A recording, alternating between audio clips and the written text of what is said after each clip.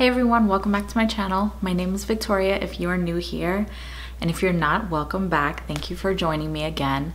Today I wanted to just talk about why I've been away, which is also my birth story. So I found out I was pregnant around January this year, 2018, and it was something that I was not expecting. I do have two older boys. One is 10 and one is 3. So I wanted to talk to you guys a little bit about my experience. So when I found out I was pregnant, I was really excited, but I was really kind of scared at the same time because we moved here to, we moved to another state. We moved to North Carolina from New York. And I was so used to everything that I had in New York. I had the same doctor that delivered both 10-year-old and my 3-year-old, and he was great. So just, based on that alone, I was so nervous because I had 2 prior C-sections. So just to give you a little bit of a background, because I don't want this to be a really, really long story, but I really want to mainly focus in on my 3rd C-section because my 2 prior C-sections were kind of a breeze, honestly. So with my first one, my 10-year-old, I was a young mom. I was 20 when I found out I was pregnant. I just turned 21 when I was about to give birth to him. So during the whole time that I was pregnant, I was told that he was going to be a really big baby. So the whole time when they were monitoring him, they said that he was going to be very large. Like he was going to be at, I want to say at like 39 weeks, they were like, okay, he's 12 pounds. And I was like, 12 pounds? Oh my God. But I was so nervous. I was really young. I didn't, you start thinking about superficial things like, oh my God, is it going to be the same? I'm just trying to be really honest right now in this video. But I was like, oh my God, is everything going to be the same? Am I going to be able to handle this? Am I going to be able to push the baby out? So I was very like terrified, I want to say. And at one point, the doctor was saying, he does look like he has broad shoulders and he does look like he has a fairly large head, which means it might be difficult for you to deliver or to labor and deliver him. And the whole time that I was pregnant with him, I really wasn't having any contractions. I was having mild contractions here and there, but nothing that I even noticed. I would only see it when I was hooked up to the monitor towards the 3rd trimester. So with that, I wasn't dilating. I dilated maybe to 2 centimeters, and I wasn't really, my cervix wasn't effaced or anything like that. So they decided, or my doctor gave me the option to either induce and have the risk of having an emergency C-section, or having to use forceps to, try to maneuver him out if he does get stuck because he had broad shoulders. And that alone, me being young, I was so terrified. I was like, okay, let's just do this C-section. Let's have a planned C-section. I know what I'm in for. And, had I known what I know now back then, I probably wouldn't have made that decision. I probably would have said, okay, let me just try to labor, and just, who knows, I could have given my chance to just have a vaginal delivery. So with him, it ended up being a planned C-section.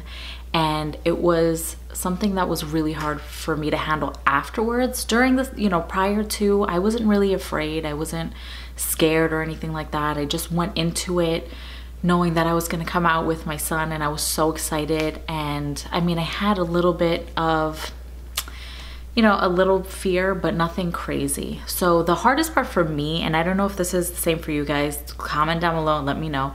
The hardest part for me during that whole thing was getting the spinal, because I was terrified that if something went wrong, I was not gonna be able to walk. Like, I was like, oh my God, how am I gonna take care of my child? Like, there's just so many things that can go wrong with your back, that it's nuts. So when I was there, I guess I wasn't like anticipating that. And that's when I kind of, got really scared, and I froze up a little bit. They talked me through everything. I did have a great anesthesiologist. I did have great OBG. So, it wasn't as bad as I thought it would be. So they went ahead, they placed it. Everything was good. They brought in my husband and everything went smoothly. So that was my first experience. So now fast forward to my second son. I was 27 years old. I knew a little bit more and I knew what I wanted. I was able to research and I knew that I wanted to do a VBAC. And I asked the doctor, I said, you know, would I be able to do that? And he said, yes, but you will not be able to have a vaginal delivery if you go past your due date. So my due date was March 10th, and to make a long story short, I did not go into labor. I had a really smooth, really wonderful experience being pregnant with my second. It was great. My first as well. So I felt really good and I was like, yes, I'm gonna be able to deliver naturally. Like, I'm gonna do a VBAC. This is great. And then the day started coming and I started to, please excuse my hair this video, it's probably a mess, but the day started counting down towards my due date and I was like, okay, I'm not going into labor. Like, I'm not feeling any contractions, nothing. I wasn't dilating. It was just kind of discouraging. So I started to try to really walk. Nothing was working. I, you know, tried everything that they said in the book.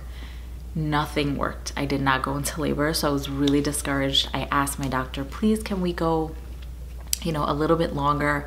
But he said, he explained that because of, you know, my prior C-section, the risk of a uterine rupture after your first is greater. So he said, you know, you have a history of having larger babies. So my first one was 8 pounds 9 ounces. Just to let, I forgot to mention that before, but he was 8 pounds 9 ounces. He was not 13 pounds. He was not 12 pounds like they told me he was going to be. He was 8 pounds 9 ounces, just to show you that, you know, those calculations aren't always correct. Like, that was what, 4 more pounds than what they said he was going to be. So, you know, I could have done it. Like I said, if I knew what I knew now back then, I probably would have encouraged myself to just go through with it. So we got to the point now where I was at my due date, and now it became a realization that, okay, I am going to have another C-section. And it terrified me just because I knew at this point what was going to happen. So sometimes when you're naive about the situation, you kind of don't know all the risks, all of these side effects, just everything that can happen, that will happen. So basically I was like really terrified. And I was not so much terrified, but more anxious. Like, I was more scared. I was kind of like, oh my gosh, what's gonna happen this time around? Is it gonna be any different? But having that same OBGYN really made a difference because I was really super comfortable. I knew he knew me. So I get into, you know, I go to the hospital and I'm a mess. I'm crying. I know that this time around, I'm again going to see my beautiful, healthy baby boy because he's been healthy the whole pregnancy. However, this time I knew how it was going to affect me, the recovery time that it was going to take for me to get back to normal. I can't just jump back into what I was doing before, right after the baby, like I did see with people who had vaginal births. Like, they were back at it the next day. And for me, I felt like I was a little bit inhibited with my first son. I was more like bedridden, so I needed people to help me. And I'm the type of person that I like to be independent. I like to do everything on my own. I'll push myself to the point where I shouldn't, and you don't want to injure yourself. So if that's one tip that I can give you during this, is just, if you have help, let them help you. Don't make the mistake of pushing yourself too hard and, you know, risk anything happening, because it might not happen now, but you'll feel the effects later. I'm there, I'm nervous about getting the spinal again. I get into the operating room. The anesthesiologist is there because if you've ever had a C-section, you know that there is, you know, you walk in and there's a bunch of nurses getting ready. It's like nothing's about to happen. They were like talking about, you know, their day, about what they're gonna do this weekend. It's nuts. It's kind of, I know that they're doing it just so that you don't feel so nervous, but yeah, that's, you know, pretty much what it is. So we get into it, it's going fine, and then it gets to the point where now it's time to push. With my first one, it's time to push, as in the doctor is the one who manually pushes it. So whoever the assistant is that's helping your OB, she's the one, or he's the one that's going to push the baby out, essentially. So with my first, I honestly did not even feel them push it out. They were like, you're gonna feel pressure. I didn't feel anything.